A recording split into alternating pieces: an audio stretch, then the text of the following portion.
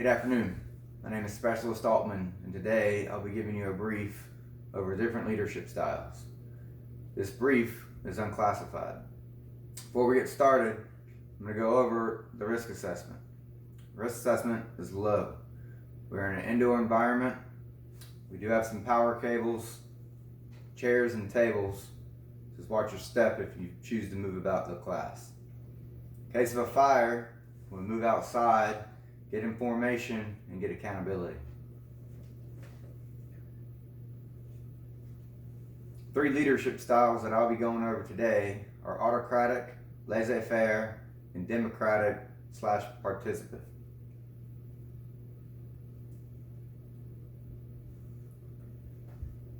Autocratic leadership is characterized as individuals who control all aspects of a decision and has little to no input from a group or members. This is also known as my way or the highway mentality. Some pros and cons to this leadership style. Pros: this keeps individuals, groups, or teams from missing important deadlines. During stressful times, these leaders are more effective and their teams appreciate their leadership. This is effective when decisions must be made quickly.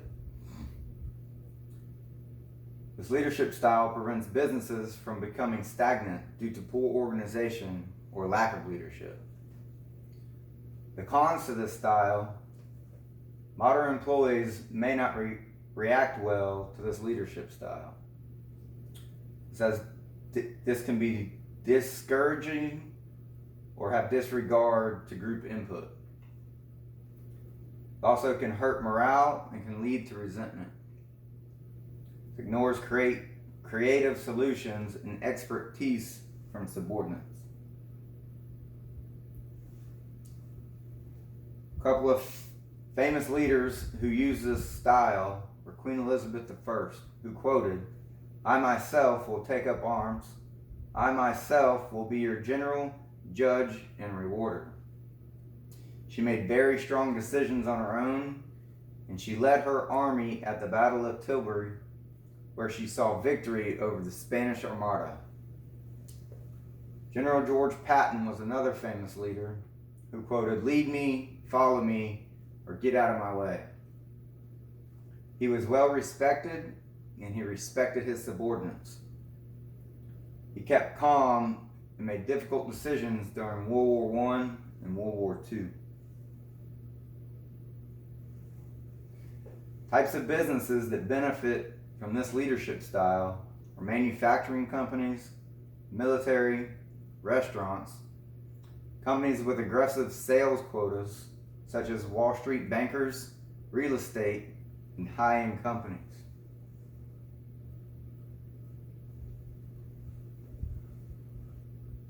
Second leadership style, laissez-faire leadership, is also known as delegative leadership, and a leadership style where leaders are hands-off and allow group members to take charge.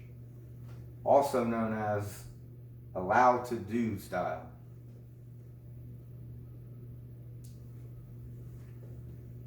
Pros and cons from this leadership style. The pros: it allows subordinates to take achievements and failures. It motivates people to perform at their highest level. Reinforces success performance. Also allows experts to thrive in creative environments. Cons of this style: lack of accountability, lack of coaching that can lead to low performance, ineffective time management, and can cause deadlines to be missed.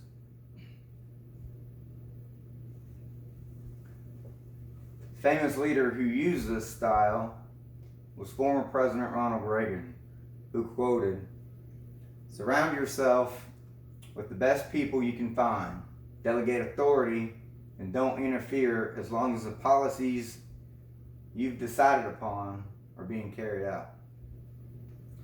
Considered a strong but hands-off leader. He chose members of his staff from Wall Street, aerospace, and engineering contractors, and other experts in their fields. He allowed staff members to work without having to be monitored.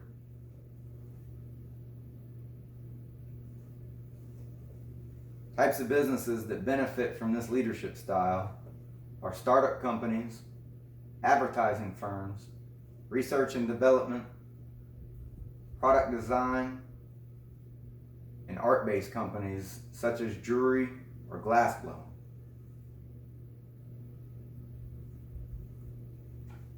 Third leadership style that I'll brief, democratic/participative leadership. The style is about distributing responsibility between the subordinates and empowering members to help in the decision-making process. This is also called the style with two names.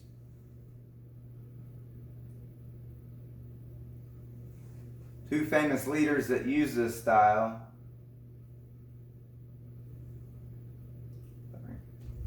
The pros and cons to this leadership style.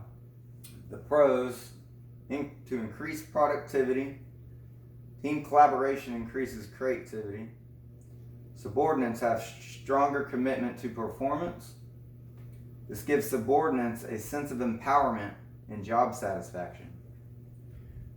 The cons, leaders can become overly dependent on their subordinates. Subordinates can spend too long collaborating and miss deadlines. It can allow people who are misinformed to give input misleading to a team. And burdened leaders have to oversee their team. Two famous leaders who used this style were first President George Washington and President Dwight Eisenhower. George Washington quoted, "If freedom of speech is taken away, then dumb and silent may be led like sheep to slaughter." He was a highlighted Democrat leadership style by not taking a third term. Washington knew when to pass the torch. He was forward-thinking and team-oriented. He built relationships built on trust. President Eisenhower quoted, "Leadership is the art of getting someone else to do something you want done because he wants to do it." Consensus builder who chose to mediate disagreements. He was able to get more done by increasing morale and productivity.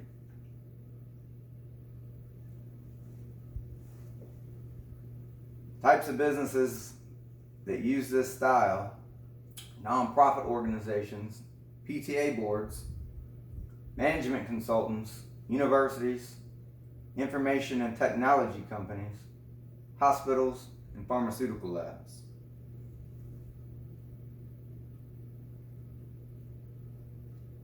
The summary. So we covered 3 types of leadership styles. We covered autocratic, which is the my way or the highway mentality, called laissez-faire, which is the allow to do mentality, and the democratic/participative, which is the shared leadership mentality.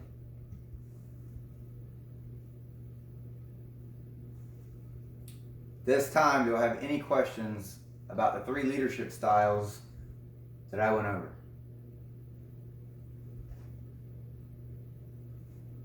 Okay.